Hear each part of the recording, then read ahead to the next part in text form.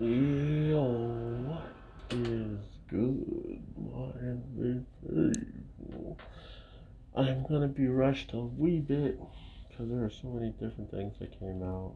Um, but the first one I wanted to talk about for sure was Tokyo Revenger because this show definitely has skyrocketed my interest in it by just this one episode alone. Not only that, I definitely see some potential for characters growing on us and really being dangerous at the end of the day, which is probably the coolest part about all of the things that we see this week. Not only are the leaders the most deadly members of this crew, but it's seemingly not the reason why this group is the way that it is in the future.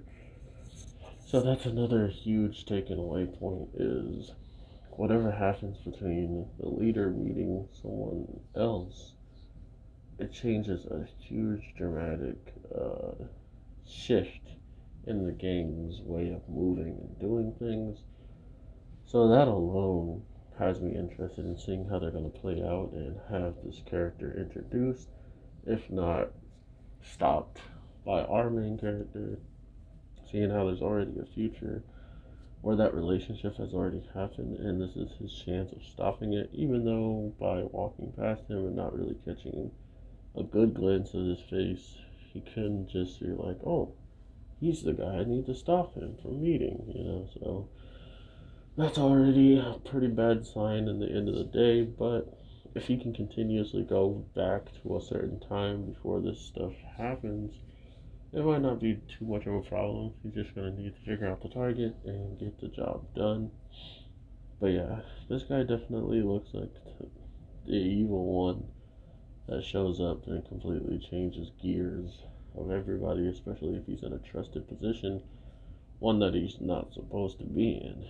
But overall, I really do like what the show's doing. It's getting pretty graphic with how much of the higher ups and the lower ups get treated in the grand scheme of if you're organizing these fights, if you're doing things behind the boss's back, they might just come back and bite you at the end of the day.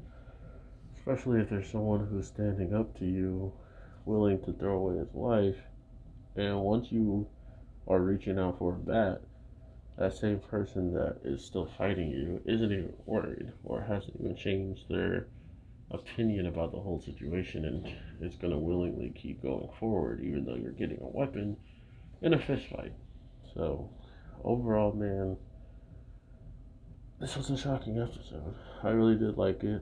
I've been enjoying the show from the jump, so it's no surprise that I would like it when it gets even more interesting than it already was because it feels like the boss already knows that this guy's been like time leaping or whatever.